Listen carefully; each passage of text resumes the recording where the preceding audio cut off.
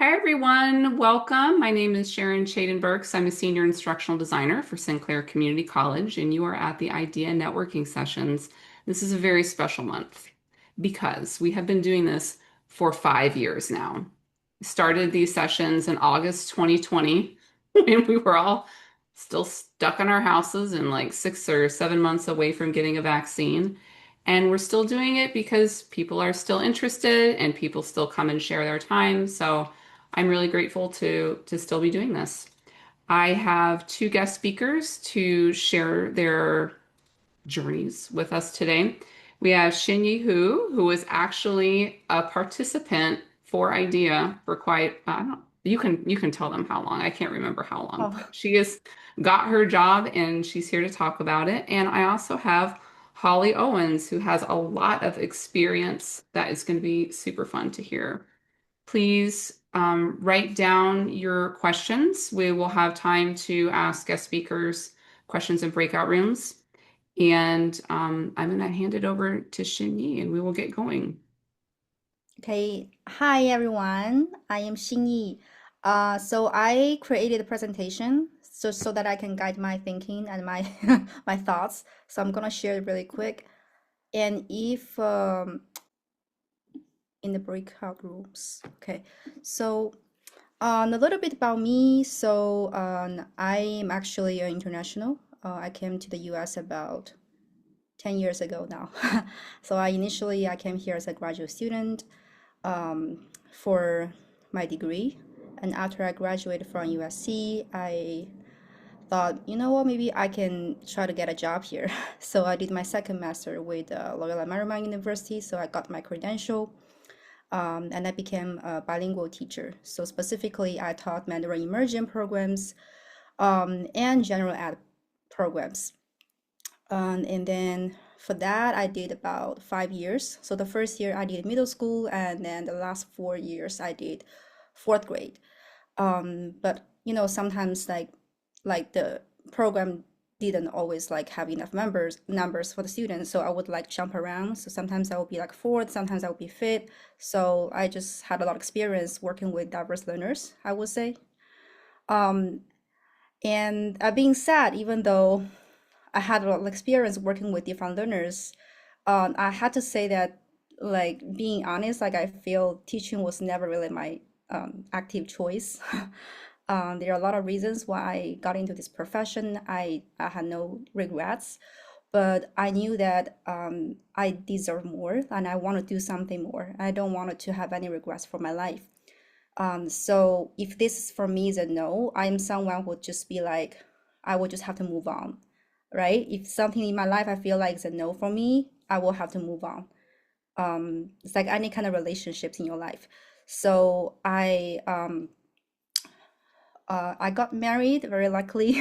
I met my husband when I'm in US, so I was able to, I guess, get myself a little break. So I was able to quit my job last year. So here I quit my job in June 2020. Sorry, I made a mistake. 2024. 2024, which is last year, I quit my job and I enrolled in Applied Instructional Design Academy.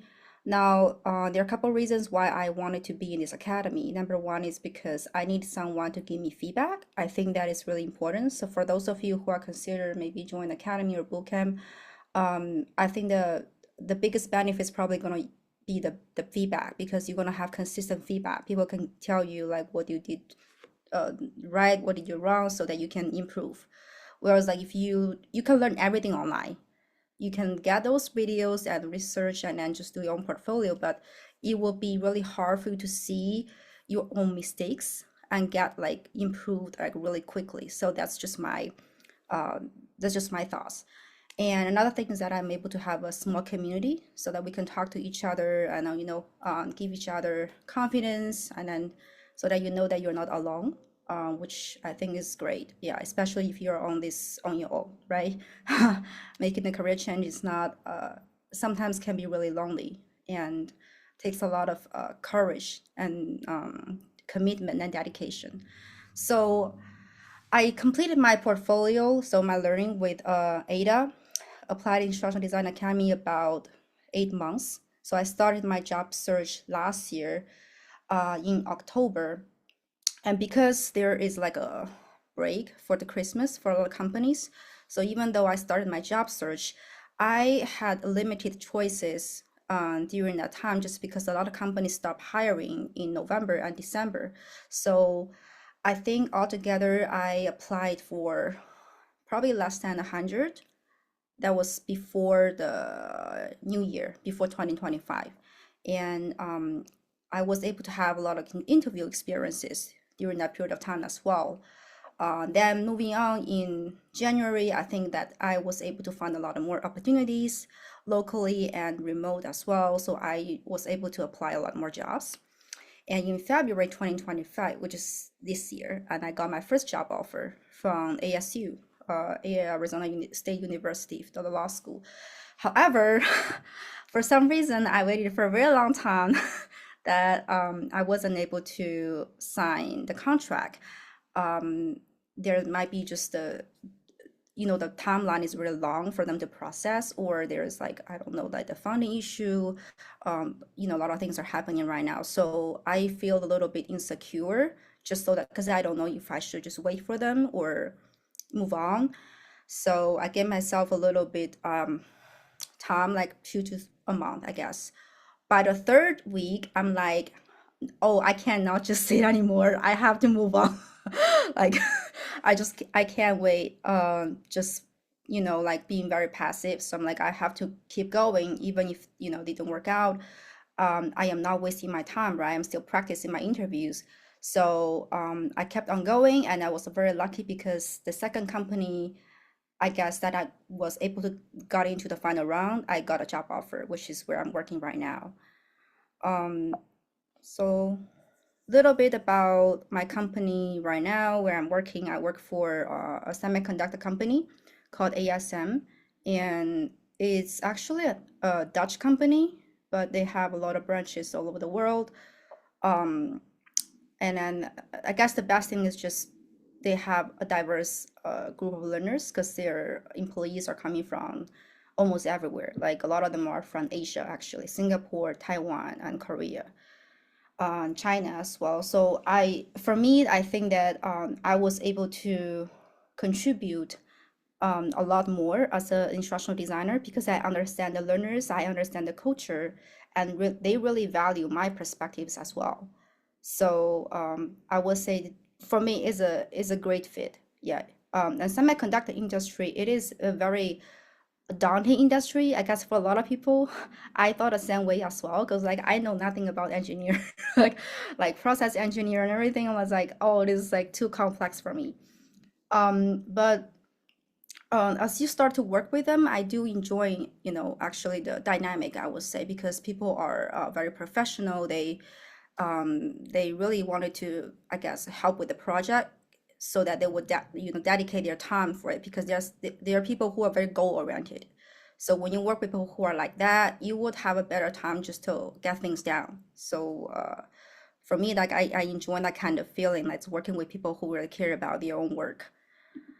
So what I would like to share are four things. I'm gonna go really quick, but I wanted to cover some things that I feel like would be helpful. So the first thing is that probably you care about just what exactly do you do as an international designer. I will say three things: content development, project management, and communication. Content development means that you use digital tools like Adobe, Storyline, even PowerPoints to create contents. And project management is that because you have to kind of have like a lot of different things, elements when you create the content. So you have to understand how to organize your time and organize your content so that you'll be more productive with your own workflow and with the teammates. And the third thing is communication because we are working with a SME, right? And with a team. So you have to understand how to communicate, I guess, your feedback and also understanding their needs through those communications. And I think to me, this is super important, and I'm still working on that. Even though I know, like, I was very concerned about um, my background because English is not my native, no, it's not my first language. So I was like really concerned about just the communication because like what people don't understand me, like how do I able to, like convince them and persuade when I sometimes struggling to find the right words myself. But I feel like over time that you would be able to learn, and then people respect honesty, respect your hard work more than just you're able to tell them um, things. So your dedication and your commitment will show. So don't just feel like this is should be the only thing that that you need to worry about. You have a lot of other things that you can show, a lot of things that you can make yourself stand out. Basically that what I do, just I plan my day in the morning and then I do my work. We have a lot of meetings in the afternoons. I guess that's probably the same for everybody else. If you work in ID, like we like to have meetings in the afternoon. So next, I want to talk a little bit about the career change mindset, because I understand we are like a networking event, right? A lot of people coming here, they are still trying to learn about the field. So I think there are four things that are really important when it comes to career change. And to be honest, any kind of change in your life, it's first thing I think is your self-assessment and self-awareness. I have to say, I think that because I was an educator, I understand the differences and the gap between two different kind of environments. So I think that you should ask yourself some questions before you decide to really make the change, and not just because you want to change and then you just chase blindly. So, for example, how much do I want this career change? Because if you are not commit enough, um, it's gonna be really hard for you to dedicate everything for this career change. And for example, also, am I ready for this kind of lifestyle? Because when you are an instructional designer, it's quite different than being a teacher. Not that, it's both challenging, but I think the difference is that when you are in a corporate setting, people are more competitive because they want the results a lot faster, and you have to be able to keep up with the change and not take criticism personally. So a lot of those things doesn't really show that much when you are in the classrooms, because I guess in the classroom when the environment is all quite I would say um like your audience, they're kind of different, so a lot of times it can be forgiven just as long as you're willing to work for it. But when it's outside the classroom, I have to say this can be a little bit brutal. So that's just my takeaway. So you have to be able to make sure you are ready for this kind of change, this kind of mindset, that you're someone who wouldn't just give up easily. um I also want to talk about, I guess, finance, just because I think that also impacts your ability to go through the job search, because you might have to, I guess, like make sure you have some kind of like safety, financial safety net, so that you can go through this period of time, so you don't feel you're very desperate. Because when you feel like you have to get something, you have to get this job, sometimes it can be harder for you to actually show yourself, just because you're so anxious, you're not actually like there, you're not present, because you're thinking about your finance, you're thinking about your housing, your rent, so many different things. So I have to say this is actually quite important, just so that you are emotionally and mentally ready for this career change. And I guess another thing I want to talk about is just plan your career change. If you want to do this on your own, you want to think about the technical skill gap and also your uh, job search skill gap, because a lot of times when you were educator, you actually didn't really know how to find a job. You go to a specific place, the hiring process is entirely different. So I feel like job search itself is a skill that you have to learn and navigate on your own. But it will be very rewarding. I taught this to myself because I know that I have to get this, I have to learn how to do this. If I don't know how to do this, I will never be able to get a job outside of teaching. So I told myself this is all or nothing. So, but once you learn how to navigate, I think it will be a lot easier in the future. So, um, something to keep in mind. Okay, next, for the job search, I think you will go through four periods of time: prepare, apply, interview, and decision. To be honest, I think all of the things you will probably learn on your own, just through different platforms. But I would say probably apply and interview. Those are two, would say, most important aspects throughout my job search. Because when you apply jobs, you you wanted to kind of like have a strategy when you apply.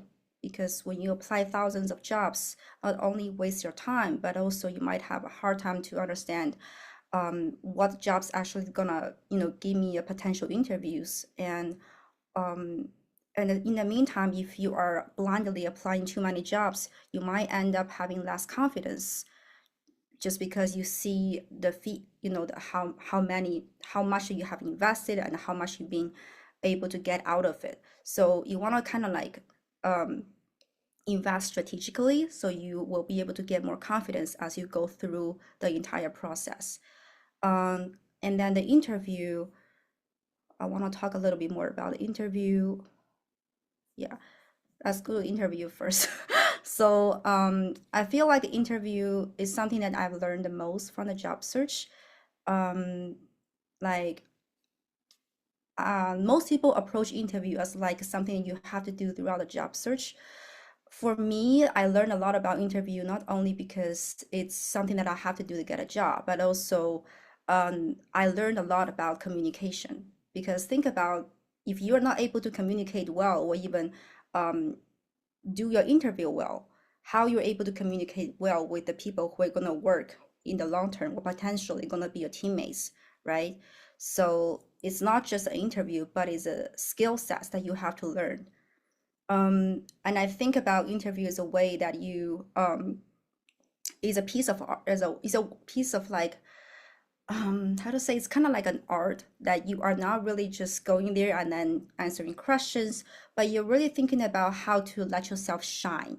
It's like, think about if you're going to theater and you are the actress, you are the star, how are you able to remember the scripts at the same time you're engaging the audience, you're trying to tell them the story, you're trying to tell them how amazing you are, how much you can contribute, right? It's not just answering the questions. If you're able to get them like hooked for like 1 second, and they will buy your stories and you think you're great. So think about, it's really not just you're standing there and you have to complete a task. It's not a task. It's a way that you're able to shine and tell them how amazing that you have,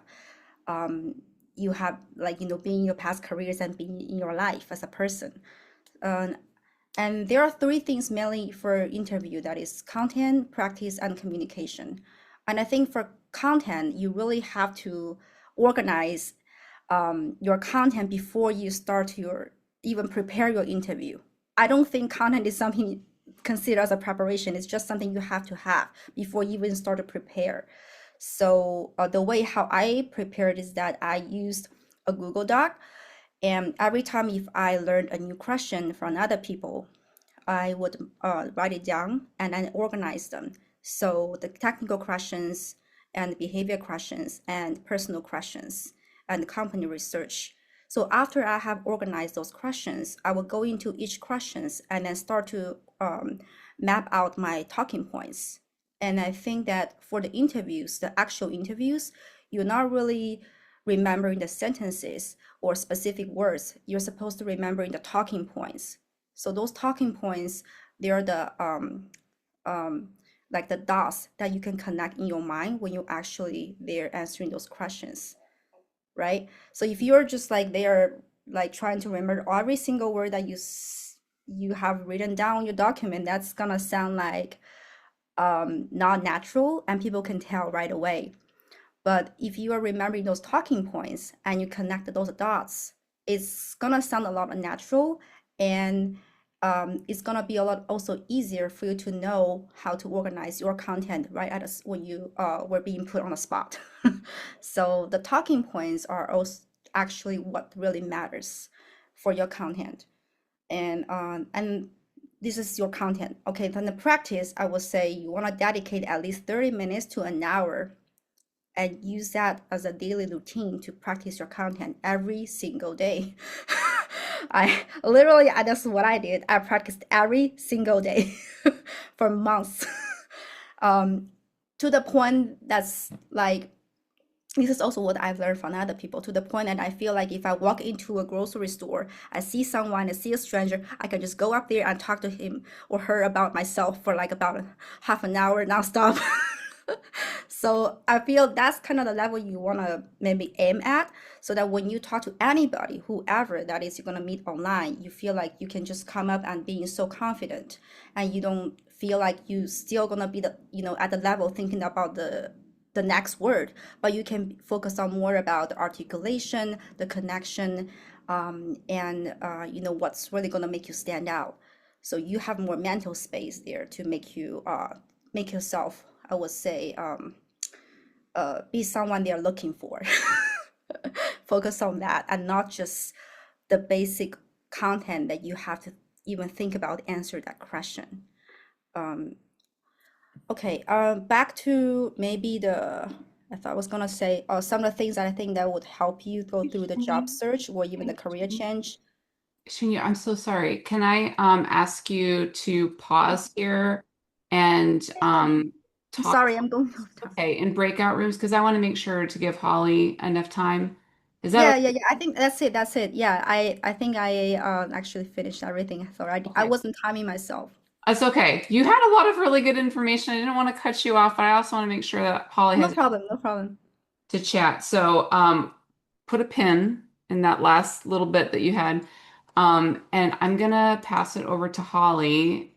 And if while she was talking, if you had questions, make sure that you write them down for Xinyi and go to her breakout room. And Holly, I think you're good now. Okay. Well, good evening wherever you're at. Good morning I'm hi James. We do a lot of stuff together. My name's Holly Owens, and I'm currently a director of growth marketing at Yellow Dig, which is an ed tech company, but my story is a little bit different. I started my career out as a high school teacher, fell in love with ed tech, and then transitioned into higher education, instructional design. Spent the better part of my career in higher education, doing instructional technology support, instructional design, helping faculty design online courses, all the different things you can think of, quality matters, QA. I also, once I left the K to 12 classroom, I started teaching in higher education in 2012 and have been doing that ever since. Um, my journey then took me to New York, where I became the assistant director of online learning at an institution. So I was working with instructional designers, managing a team, and then I transitioned out of that role and worked as a senior instructional designer at an online program management company. So they work with various institutions. I'm not gonna get into the details of all that. And then after that, I landed a role with Amazon. So I worked for Amazon Pharmacy for about 2 years.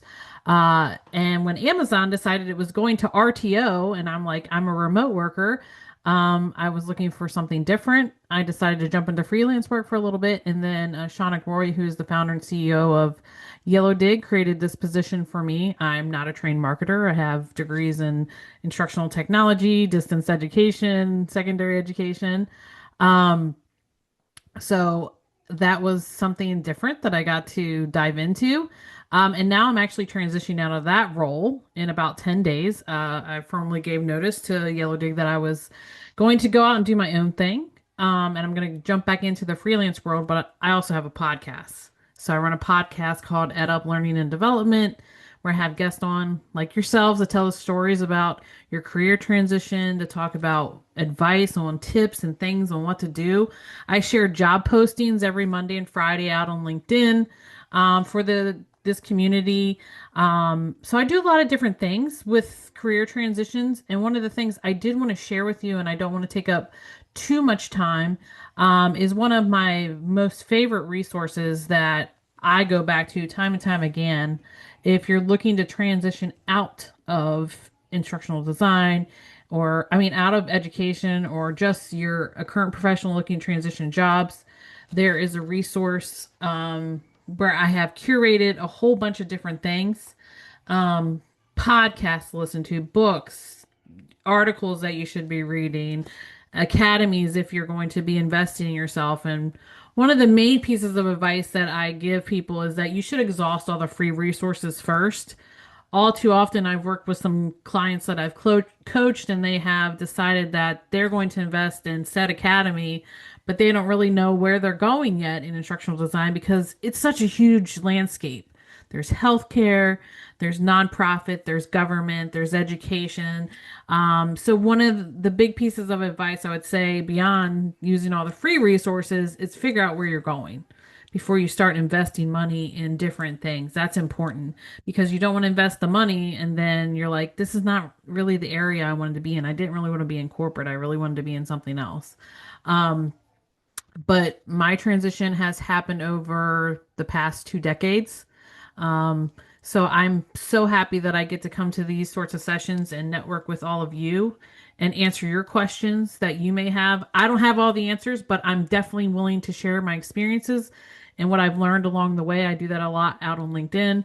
But yeah, that's pretty much my journey and always willing to have James was on my show recently.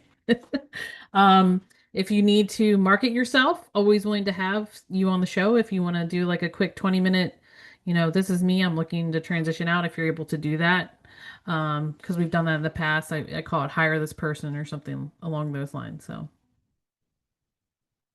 That's awesome. I have added Holly's resources to the agenda. You can scroll down, thank you. yeah, and see them under resources.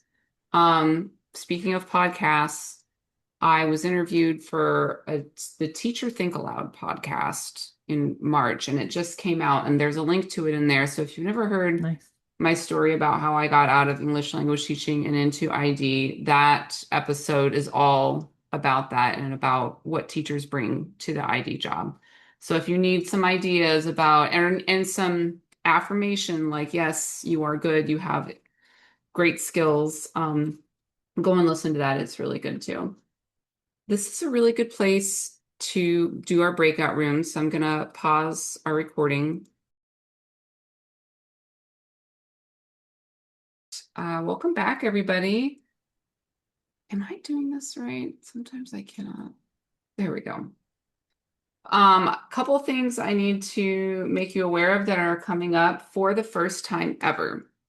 I am going to host a webinar, and it is called Let's Make Some AI Chatbots.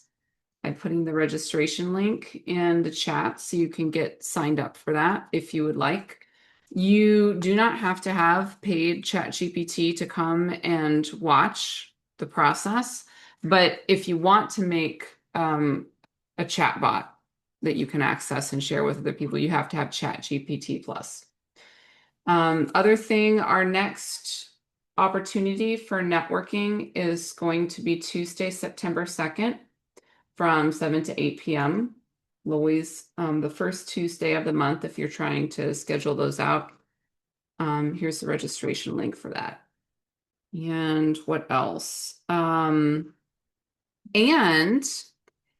if you are looking for a job in Dayton, Ohio, or you live in Ohio, we are hiring at my employer at Sinclair. So we're hiring an ID, and I'm so sorry it cannot be fully remote.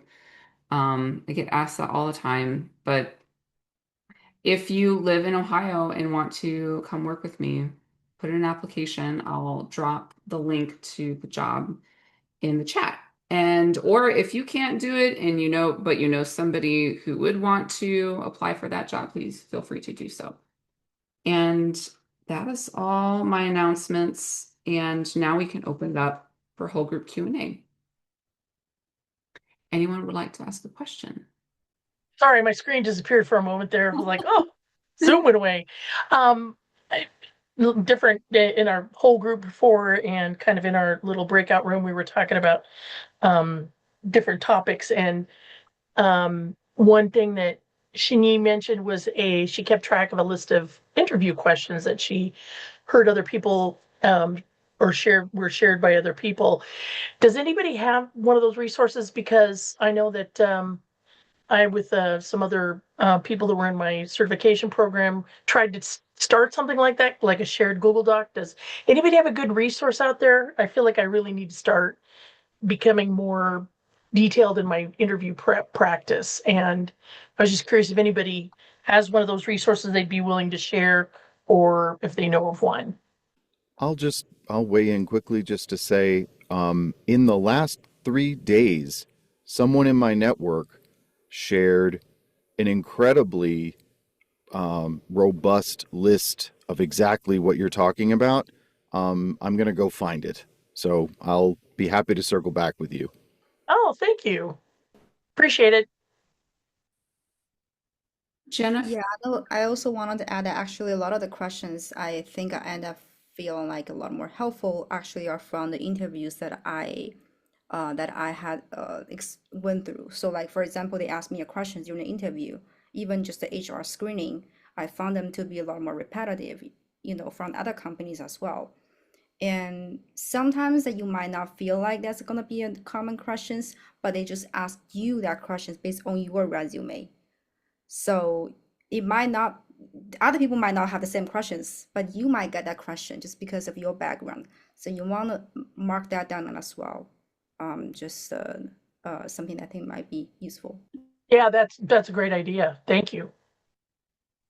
Jennifer, do you have a I question? know this sounds weird, but coming from like Holly or you, Sharon, I am a teacher. Ignore the mess in the background. Sorry, we are getting ready I to go just to see your Disney Minnie World. Mouse dress. I'm going to Disney World. I We're think getting ready to go to Disney World. Can you love tell? it. Yeah. It's crazy.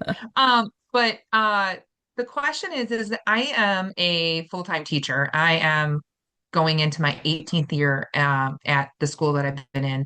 I am approximately 4 years away from a vested pension plan. And I can't walk away from that, but I am a certified instructional designer through the ADA program and have the skills to be able to do these things. However, it has been super trying to find something um, that might be part-time or contract. Have you heard of a lot of these? Because I'm not seeing a lot and I can't walk away from the pension that I have and or that I'm going to get. I mean, seeing it's only less than like possibly less than 4 years away, and stuff like that. So I didn't know if you guys had Jessica just seen put anything. that, she wants you to connect with her. She freelances full time. I've seen postings for part-time stuff on LinkedIn. It exists.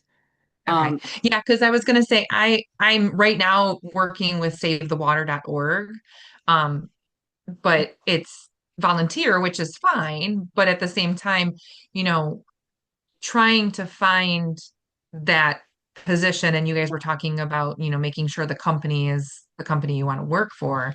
To me, that's trying in itself because of the fact that just trying to find that part-time work that would work with, being the full-time teacher. So, Just and Anne mentioned it too, but I think Jessica's part of this group. There is a Slack channel called ID Lance that is for freelance IDs, and Kristen Lillywhite, I think back in April, mentioned this. I'll put it in the chat.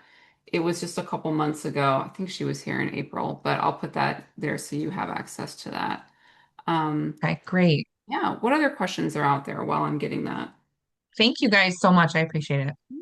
Can I pop in and say something, Jennifer? One of the things that I did is I looked for opportunities at the Board of Ed to train outside of the school day. Like that's how I started with like training and instructional design stuff. So train on a certain technology. And I don't know if you transition a role within the school district that still allows you to be like a vested. It doesn't necessarily have to be the role of teacher, but is there a role like you could do instructional coaching or even instructional technology work?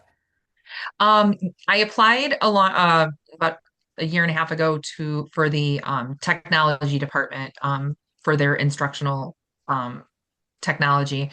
Didn't get it. This past year, I applied for our science curricular council leader position for our district because I've been on the curriculum council since I started in 2008. Nice. And somebody, unfortunately, who was already doing curriculum work in the math department got the job for the science department, which makes no sense. But um, Yeah. so my hope is that I'm still in the running if something was to go sour or was not to go well in my district. I mean, but I have put my name out there for those things. And the nice part is when I did go into the curriculum leader position interview, I did explain that I did have, the instructional design ability. So, you know, that was interesting to them, I guess. But, so because we, as teachers transitioned in 2020 and 2021 with COVID. So Right. What other questions are out there? thank you, ladies Yeah. and gentlemen. Mm. Do we just have one gentleman today? Two. Kitaro's here. More than two? Sorry, gentlemen. Yeah, I just see two guys. I find a lot of education adjacent leaders, admin, and other teachers don't understand what ID is. It's very true. Yeah, even and that's I think everywhere. What do you do? I do want to mention something that Xinyi said earlier about um it was on her list of things to consider. She was talking about lifelong learning. It is so important to if you and I'm assuming that people who want to be an ID are lifelong learners. Not everyone is, but in this kind of job, if you love to learn, you should be mentioning that. Talking about trying out new things and being curious and tinkering around with new software, because those kinds of skills are so needed right now. Everything is changing so fast.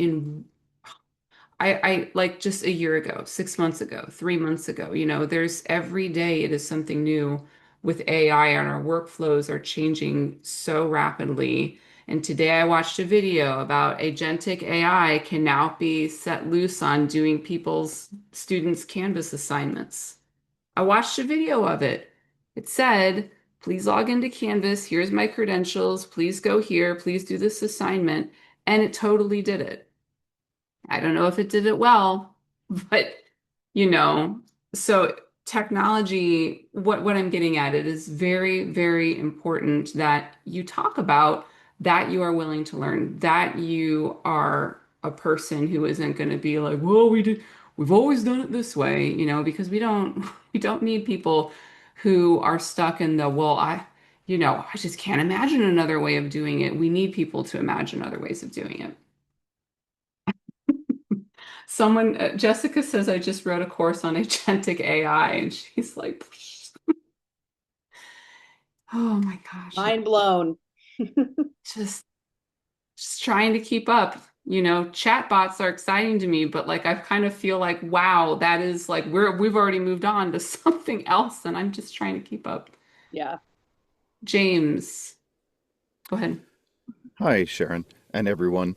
As we're getting near the end, I just wanted to spotlight for folks, if you scroll back up through the chat, I did share a link to a group on LinkedIn. Some of you have already joined the iSpring Learning Exchange. Holly, for example, is someone who speaks regularly and is a generous supporter of the group. And if you are looking as part of your transition process or looking for resources that are free, or you're looking to find mentors, or you're looking to find networking events, it's a free group on LinkedIn that is very active and has lots of amazing people in it. And the link to join is in the chat. So I encourage you to scroll up, take a look for that link, and just ask to join. And then hopefully I'll see you there.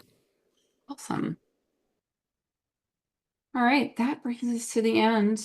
It is just about 8 o'clock. And if you want to have your mind blown, check out Launch Lemonade. Okay, Dara, to write it down. I so look forward to seeing you guys back here September 2nd.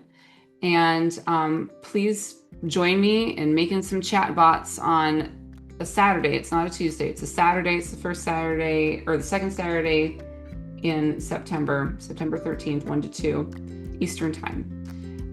Have a great night, everyone. Xinyi and Holly, thank you for being here and sharing your time and your advice and expertise. I so appreciate it.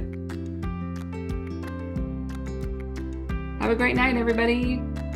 Thank you, everybody. Bye. Thank you. Nice to meet everyone.